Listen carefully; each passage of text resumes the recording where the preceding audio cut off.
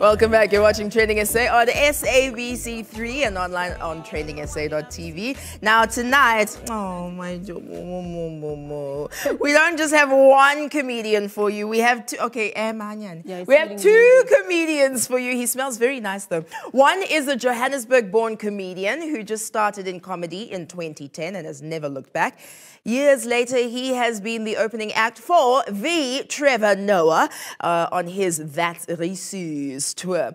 And recently, he had his own one-man show called Good Kid, Mad Witty. Get it? Joining our first guest is the first woman who has taken the world of comedy to the next level after she became the first female comedian to win the Audience Choice Awards in 2015 at the Comics Choice Awards. And it all started after she entered the SABC One reality show, So You Think You're Funny, which saw her being in the top 6 final. Ladies and gentlemen, please welcome Dillan Olliphant and Khanya Bunu.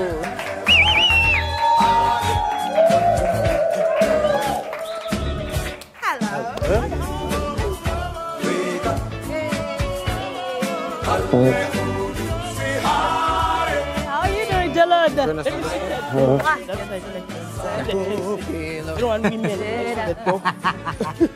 Talk about double trouble. Hello. Welcome to the show, guys. Thank you. Thank you for having us. All right, so by way of introduction, before we get into any questions, I'd like us to show our viewing audience a montage of you in action, comeding. It sounds romantic. Okay, let's do it. This cream that they call it something enlargement cream. Have you seen? I can't even say it. I always say, Booty, this cream of yours, it can sell faster. If you can do it the Herbex way, show us the before and the after. Because think about it, before Wade van Niekerk, every hero was a white man. Every hero, every superhero is a white man. Spider-Man, Superman, Mr. Mun, Joshua Doe, every superhero, guys, has been a white man.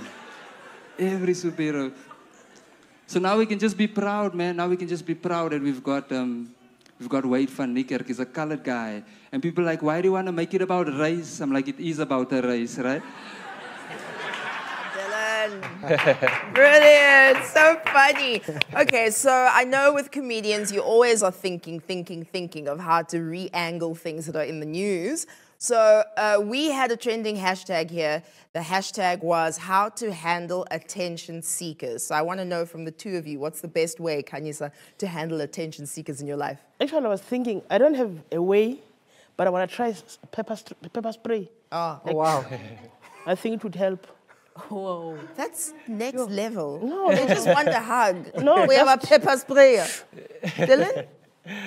I send them to my mom. Yeah. My mom will chase them away. Okay. Whoa. My mom's quite a strong Is she hardcore? woman. She's hardcore. Should taste the biryani. And yeah, I send them to my mom. Okay, and then what about dacha decriminalization, Dillan? How do I feel about that? I feel, wow. Finally, breakthrough. Now Rachel Colisi can just calm down. She needs some calming down. She's a different emoji now, right? Yeah, she just needs to calm down. I'm glad, man, because I'm very happy. Also, they should give us land so that we can be able to plant it. This is the point. Yes, because they said we cannot. They say you can't buy it. Yeah. Now we have to be farmers and grow it. So please, land. It's a joint effort. Yes, it's high time. Listen, so you're part of Riyad Musa and Friends comedy special, and it's happening this coming weekend. You'll be sharing the stage with like really cool comedians, Dumi Morake, Joey Rasdeen, Robbie Collins. Why should we buy tickets and join you guys? Yeah, because we are comedians who make people laugh, but Riyad has selected us amongst other comedians. I think that on its own gives you a message that we are quite very funny. But please do come and hear like fresh comedy, because most of those comedians have got like very funny content. Yeah, yeah. You should come because you're going to see the best comedians in the country. How did Riyad go about doing that selection? Do you know? I think it's nepotism. I'll play only the Indians. Yeah, I think... Dylan, I've got a quick question for you. And I really need this answer because I was looking at the poster that came up earlier on. And it says, good kid, mad witty. Now, I've heard this title before because it reminds me of Kendrick Lamar. Tell me what's going on here. It is inspired by the one and only Kendrick Lamar. The album Good Kid, Mad City. It's about life in the hood, in the ghetto. Because you know life in the hood, it's tough. And how your point of view, how it raises your point of view.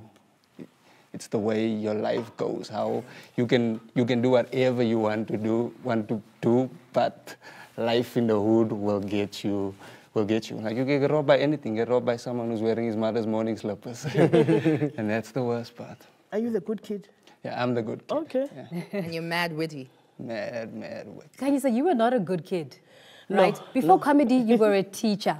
And you've mentioned before that you were a bias-stowed student. That's you right there. But when you were a teacher, how did you deal with the bias-stowed students? Hey, I could not deal. You know, especially because students change. And they're not like us. With us in the olden days, when a teacher shows you a switch that's going to beat you, you would get scared. But kids nowadays, so it was tough actually. So you had to use a language that is going to be understandable to the kid. Yeah. Because if you say, I'm going to punish you, it does not work anymore.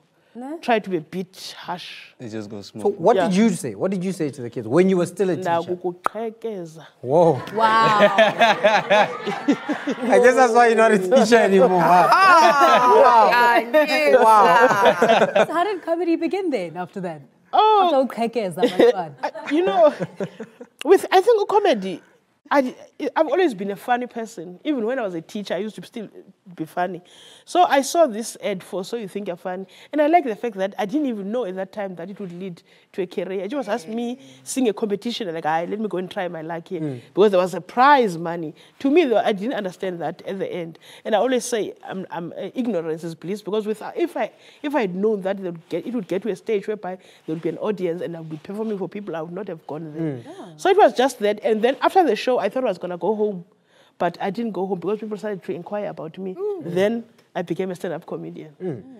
And becoming a stand-up comedian was something that you definitely did because when overseas, so about touching different lands. Tell us about that and all the trips, or the most memorable first trip that you took. Yeah, it wasn't. In fact, I took those trips, both of them in 2015, when I went to New York and Brazil. But not for comedy.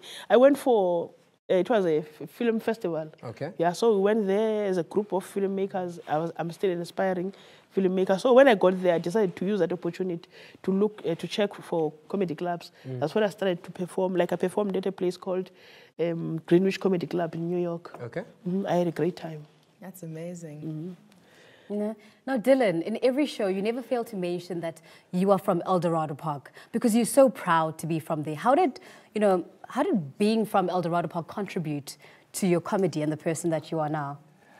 Being from El Dorado Park, I get to tell the stories, my life story, what it's like living in El Dorado Park. And as you know, the hood where they put us, it's a whole different story. So I get to tell people where I'm from, the people around me, because whenever you see a colored person on TV, it's always in jail. But now I get to tell, it's always in jail now. It's like when they hear the word color, they see orange, right? So now I get to tell. So today you're wearing yellow. So today I'm wearing yellow. Yeah, change the narrative. Yeah. So now I get to tell. Now I get to evaporate all those stereotypes. Yeah. You don't want. Yeah. And when I heard this, I thought it was really, really special. There's a kid in your little cousin's classroom, I believe, who wrote a speech about how inspirational you are to the kids in your community. No, how did that make you feel? Yeah, it was mad inspiring. It inspired me. It gave me the will to continue to do the thing. And I'm same as, like I say, Wade van Niekerk is our guy. And then we had South Africa a few years ago. So now we have Wade van Niekerk, Liesel Laurie, yeah. So now we have Wade van Niekerk, and it's good to see positive images on the television screen of your own people. Yes. Representation matters. Yes. Yes. No doubt, no doubt. Khanya, this is a whole new world for you, right? So the comedy began and then opened these inquiries, and now you are an actress. Mama Duna on Scandal, babe. Why do you think people love Mama Duna so much? Mama Duna, I think people, Mama Duna surprised people because at the beginning, Mama Duna was quiet, just doing running errands from the boss until she had to argue with the boss. We had a verbal fight. Okay, not we, Mama Duna. Yes. Because that was not me. The Mama Duna had a verbal fight with the boss and then stood up against the boss. I think people were very surprised. Okay. Because before then, they didn't know much about the acting of the person behind Mama Duna. Yeah. So after that, everyone was like, okay, she's good and all that stuff. That's brilliant. That's brilliant. And in closing, we're in Heritage Month. And of course, heritage is a very important thing. We know that 24th is coming, just around the corner. How are you guys celebrating your heritage differently? Dillan, let's start with you. I'm going to be sharing with my family. I think in the colored neighborhood, family is such a big thing, except for the fathers that left.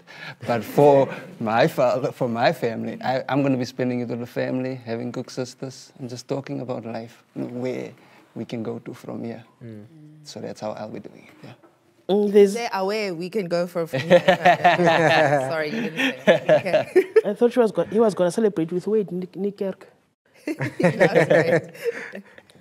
And yourself, Khanya? Yeah, I'm going to be on stage celebrating behind the mic. There isn't much to celebrate at home because I stay in Kempton Park. I don't see much of what represents me there. So I can stay with family, but I want to be there on stage and tell people about where I come from. Then they will understand my heritage better. I love it. Oh, all the best to both of you. It's been a delight getting to chat to you on our show tonight. Dillan and Khanya, thank you so much. Thank you for having me. Khanya Bunu on TrendingSA. Hey, listen, we're almost at the end of the show. One more ad break, and then the things that need to be done for the pots to be, we'll be right back, babies. I'm so reborn.